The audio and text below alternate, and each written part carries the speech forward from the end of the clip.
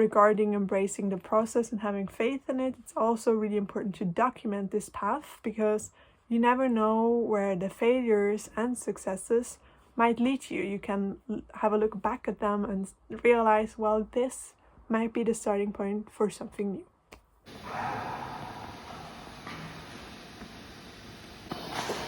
Our beautiful model. No, stop.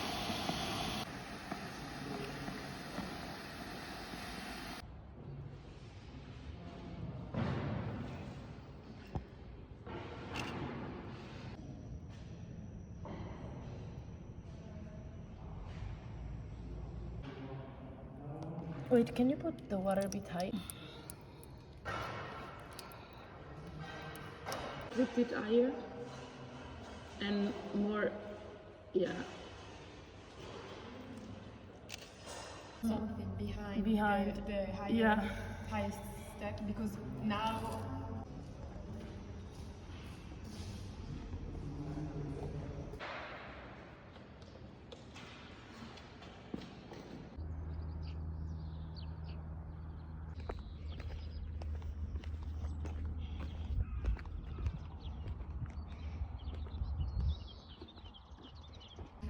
transwärmer ist im Sandhaufen.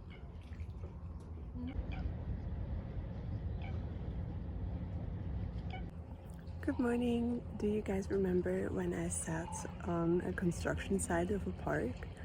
Now I'm sitting on the finished park, and it's beautiful actually. It's really close to where I live currently. And I'm drinking here my morning coffee. It's Sunday, 10 a.m. No, 9 actually. 9. I'm mixing up times. And today is another day of studio work because we have mid-review on Tuesday morning. So yeah, I just wanted to quickly update you what is going on, how I am, and what's on my schedule. Currently our task is to design a space with heat, and it should be a sacred space. What my group partner Ottavia and I are doing is to design a space according to the water cycle and based on like water as a building material, which is quite challenging. But what we envisioned is to have a space where you can experience the 3 states of water, that is the gas or vapor state, and then in that case condensation, then liquid water, and finally like the third thing is then ice. And it should create like a flow as in the water cycle in nature. And yeah, what it needs for this is just a hot and cold pole, and then it should create the circulation on its own. What we did so far is just like tests with the singular states. So for the liquid water, we analyzed the flow through different structures or how we could imagine it in the space. For the vapor state, we did kind of the similar thing, like putting vapor in walls or in the space itself. What condition does it need, like to condensate, for example? And for the ice, we're currently doing the same thing. So once freezing it slanted, freezing it in layers, freezing it in walls. What happens if we add condensation to the ice? What happens if we pour hot dripping water on the ice? What kind of shapes will it build? And so on. This is like the focus for today, and today we also need to design the space, like literally. So yeah, I tried to sketch a bit before I went on this walk, but actually it's quite hard since I know the conditions for the singular spaces, but the transits are still really difficult for me. And also like to envision the entire space, to do this on my own is crazy. Like I have no clue, since this is the first day we really think about it. Well, we have a design each week, so it's not that we have nothing, but we just need to reason our space in the experiment results. So if we say the space needs to be like this and this, it needs to be visible in the experiment, which is a really different approach, but an approach I like and I learn from a lot. The studio I'm currently in is called Studio Holtrop. It's a Dutch architect that is based in Bahrain If you don't know him, you should definitely check him out. There's some cool work. What I also like is his thinking of the material as a gesture. So you should think the space in its meaning, in its materiality, and the architecture in like at the same time, and not just one thing. Like there are architects that are really focused on construction and forget about the meaning and the materiality itself, for example, and this we should all think together. What a bit goes lost though is the safety aspect. So in our case, for example, if we have like slanted walls or inclined paths, can you imagine there being water in it and it's being super slippery? So yeah, the safety I would say goes a bit. Also in the studio, like I love working experimental and with models and experiments, but it can easily get quite dangerous. So yeah, we just need to be careful and watch on each other or watch out for each other, and then nothing should happen.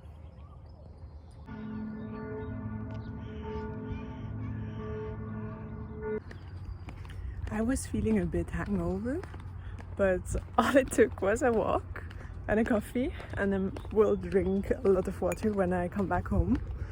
And I feel already so much better and so much more like energized and full of inspiration. All it took was this. If you're thinking on how to improve your mental health, just go out on that walk and I promise you, you will feel better. And forget about your phone though. Forget about everything. Maybe grab company and appreciate the little things together. You will feel better.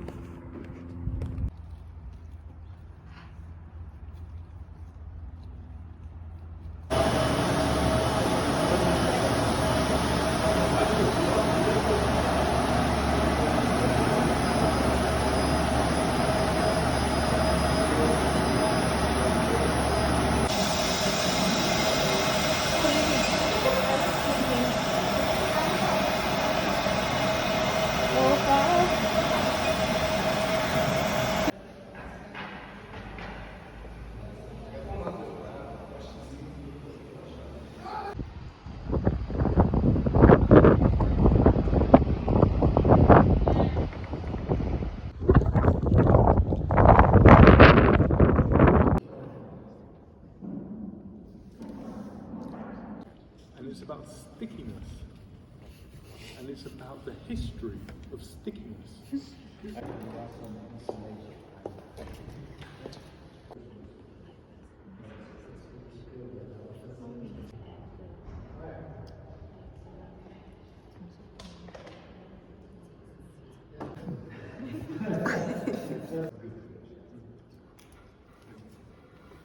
Yeah, I mean, this has a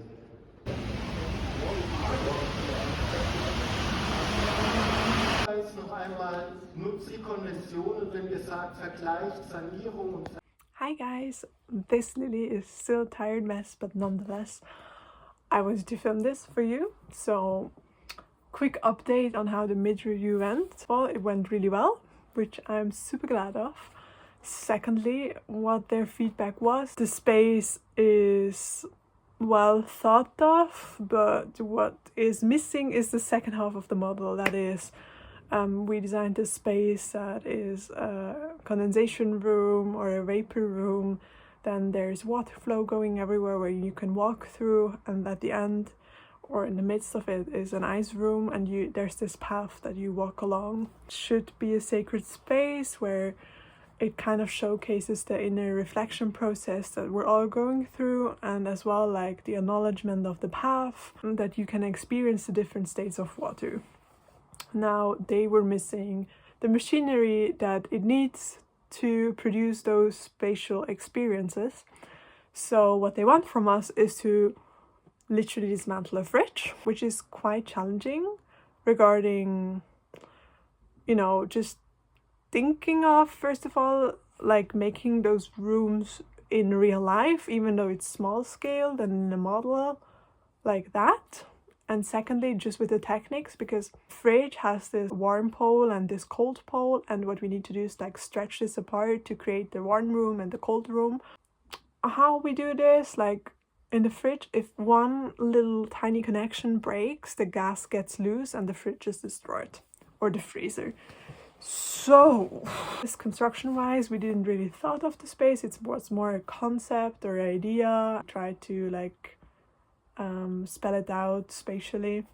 It's kind of allegory to the world, where this world functions as this machine, or we're kind of dependent on technicalities in a space, or yeah, we don't function without it. Life is better with it. It's also kind of dangerous to literally make this allegory that drastically.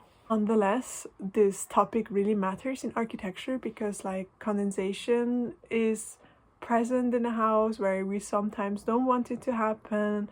We all have a fridge, or we all use one because we need to cool and preserve food. We have vapor, we have fluid water, or that can lead to problems such as leakage and so on. But we never really embrace those things, or there's no space yet where you can experience all those things at the same time or in a room sequence. So this is why it's really relevant in architecture, and why I love this concept and task of designing such a space that we chose. So I'm happy about that, and the feedback was great because of this, and we really put a lot of work into it. So we have 5 or 6 more weeks, and I'm curious on how it will develop, and if we can manage this, and if we can solve it constructually as well. Architecture is always a field of imagination, so a lot of it has to do on how can we make this imaginary project real, or as close to reality as we can, but at the same time it's still like an imaginary world that we try to abstract, and at the same time make real with drawings, renders, illustrations, and so on. So another thing that I think is quite important regarding the studio, or generally in architecture, is that we should embrace the process and have faith in the process, and the end outcome requires a lot of self-confidence and, you know, like just optimism that there will be a good final product. And if you have someone to design it with, that's great, because it's so much easier with a good partner than simply alone, like to reflect and to construct something.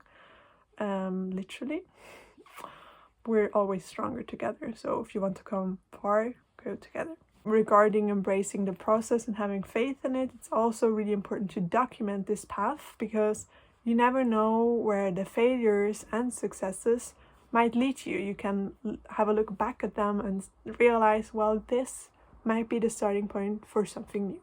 That's what I wanted to update you about regarding the mid-review. Other than this, today I went to have a look at an apartment with my boyfriend, and it was really nice. It's kind of a loft in Zurich. It's like it's a renovation of an old headquarters. What we want to do is now just think about the space a bit more. It's around 2,000 francs, 2,200 with everything. It's close to a station, it's close to my uni.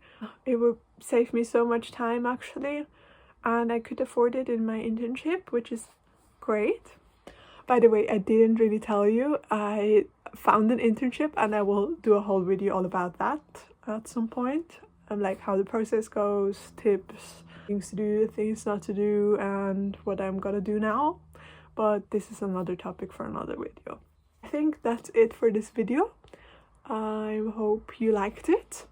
If you have any questions or remarks, or even design solutions, or what it reminds you of, they're always very welcome. I love to hear them. I feel like me being a friend of you and just telling you how the things go in my life, and I would love to have a bit more of reaction though. Like, this is what I always appreciate in my videos, so it doesn't feel like a monologue, if you know what I mean. I also have to tell you a lot more about this seminar that I'm doing and really enjoying. regarding architecture history, but maybe I can make a whole video about that at some point. If you have any suggestions for me on what I could produce further, let me know as well. In that way, I wish you the best of all days. Take care, and I see you in the next one. Peace out.